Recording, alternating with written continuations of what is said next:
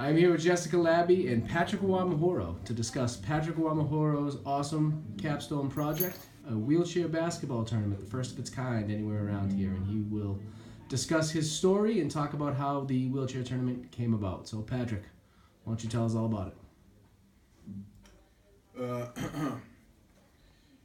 Growing up, I never had opportunity playing wheelchair sports. In Rwanda, everybody loved playing soccer. I never had a chance to play with them because soccer is it's a leg sports, and obviously, I can't play soccer, but it was always boring. So it was always boring watching soccer. I wanted to play, but I couldn't play. So when we moved here, my mom introduced me to this wonderful sport of basketball. Where I lived, there was Princeton Park. There was basketball courts near it. So I didn't know what people did have for fun. I didn't know basketball, anything about basketball. So I would go down with them. I would see them playing. I was like, why not give it a try? So I tried it. It was hand sports, and so yeah, I liked it. And nothing was going to stop me from playing basketball. So Tell them where they could read the rest of that story. and also I wrote a book about here. I wrote a book in here. Growing up in Rwanda, it's about basketball. The name of the book is everyone has the right to play. So, just a little preview. If you wanna, if you wanna check out the book, go check it out. It's about. And the book is called Sparks. It's from the Telling Room, and Yeah. it's a collection of stories, and one of them is yours. One of them is mine, and I'm a published author, baby. Yeah. So you guys should go check it out. Okay, so Yeah. talk about how frustrating it was. I know over the last few years you've been trying to look into different ways where you can be involved in wheelchair athletics and kept basically meeting dead ends at every turn. Talk about how frustrating that was. It was very frustrating. I never played in the league or anything. I've been like all the time when I play basketball, I never play like with people who want to watch it. I have always played with people who want to watch it. So I always wanted to play people and watch it, experience it to see how it is. And since they want to watch it, they will look for the same as them, and they will let you play with them without arguing. But people who want to watch it, they will always have to argue with you before you play. But yeah. And the opportunities, though. Talk about the opportunities you've looked into and how at every turn it never came to fruition. There just wasn't a lot available for you. Yeah, so at school, I wasn't come to school. I will always ask one of the principals, or the sports director, do they have any wrestling wheelchairs? I mean, it doesn't matter. It's not just basketball. I guess I just want to play any sports. It doesn't matter if it's basketball or if any sports. I will always come and ask the principal if they have any wheelchair basketball sports. They were saying no, they don't got none. And there was this thing, unified basketball, and I wanted to play because it's unified basketball, but they said I couldn't play because I was in wheelchair. So, but they asked me to be the coach. So, yeah, I liked it. It was a good experience, but I wanted to play. So, yeah, I wanna make sure I wanna. What about the emails that you sent throughout the last couple years and never really getting any replies about how to sign up for anything that might be available? I know that was frustrating. I would always sign up to I always look around to search it up to see if there's any wheelchair leagues around here. I couldn't find none. I was like send some email and stuff, so to see if they got any team going on so I can play in the team. There was anything going on, but Jessica here, she's one of the social worker. I was doing senior capstone here. There was this thing. It's a project that you do, and you work on it for like 2 weeks. When you work on it, you don't have to come to school. You work on it for 2 weeks. So me and Jessica here, we're trying to figure out something to work on, and they came and told me that maybe I should work on wheelchair basketball since it's one of my goals. Playing wheelchair basketball with people in wheelchair. I was like, yeah, that's a good idea. So.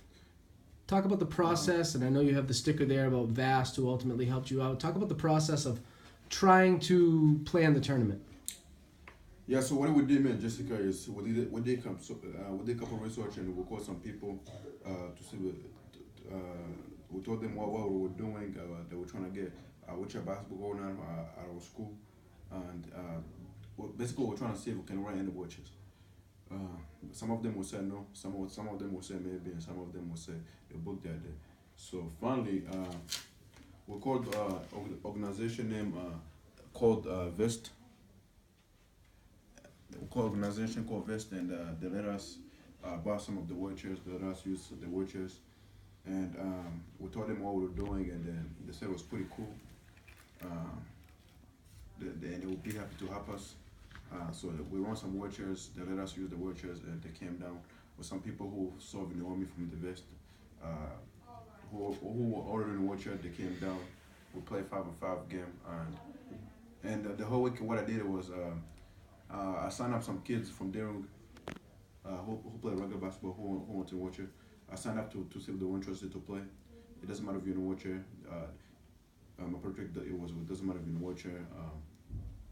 You have the right to play. I guess it should be the same with me. It doesn't matter if you're in a wheelchair. They should let me play without complaining all the time. So I signed some people up and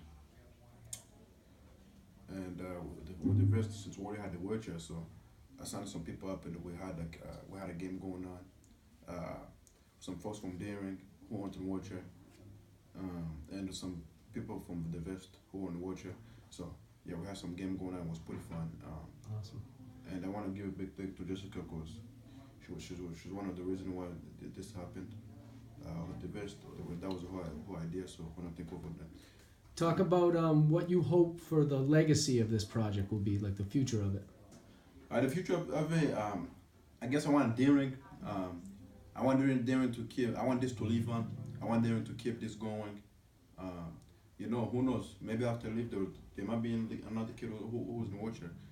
You know, they gotta be some opportunities for. I know for some people who want to wheelchair, we don't get a lot of opportunities, but they gotta be some opportunity for them. So I want this to live on, and I mean, it's not that hard. Just all we do is rent some wheelchairs, and we just rent a bunch of we play a game with people who want to wheelchair. It doesn't matter if you're in a wheelchair. You know what I'm saying? What I'm trying to say is this should keep going, and so I guess for the person who's in a wheelchair, he gotta feel like himself. You know, he gotta play with everybody without a lot of complaints. So I want this to keep going, and hopefully that we, instead of basketball, that we find other sports that we have going up for the wheelchairs. I guess what I'm trying to say is this we need to have a lot of opportunities for people who in wheelchair too, because I never had that opportunity. If we didn't call the Vest, this wasn't going to happen. So yeah, I want this to live on. Think about yourself back in middle school. When you were in middle school and you were first falling in love with basketball, how would you have felt if you saw the highlights that they showed on the news of this tournament? How might that have inspired you a little bit? Oh man, that would have I think I would. I guess I wouldn't feel like before I play I wouldn't think like people were gonna complain since I already saw one on the TV. I was like, because I never saw anything like that again. I never saw anything like that, so it would inspire me, and I would wanna play. And I guess I would grow up.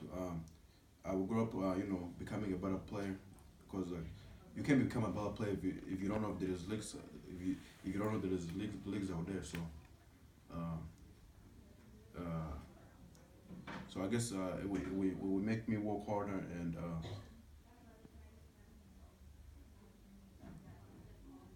it would make me know that there's more opportunity with me. There's more opportunity for me even though I'm in a wheelchair. So yeah. Now talk about your experience with the capstone. Now for you, wheelchair basketball was something that you were passionate about. For many other kids, there'll be different things. Talk about how capstone projects, how important they are, and how much you recommend other high school kids to do capstone projects, and kind of what this project meant to you, and how other kids can do meaningful activities that really that really will make their high school experience even better, and just what a good experience the capstone was, and why you would recommend it to others. This was very good experience, and what we did here, hopefully we'll live on, and it was life changing. Hopefully, for like I said, if there might be some other kids who want you to come to this school, and there will be more opportunity for them. So I recommend the other school that will have something like this going on too, besides Derrick. All right. Thank you very much, Patrick. Awesome job with this capstone. I know after the tournament there were a lot of kids that said like this was their favorite capstone out of all of them, and I do think that this, even our AD Mel Craig said afterwards, she said, Patrick, this will live on long after you. So hopefully you come back to play next year. Hopefully, yep. That's all the right. plan.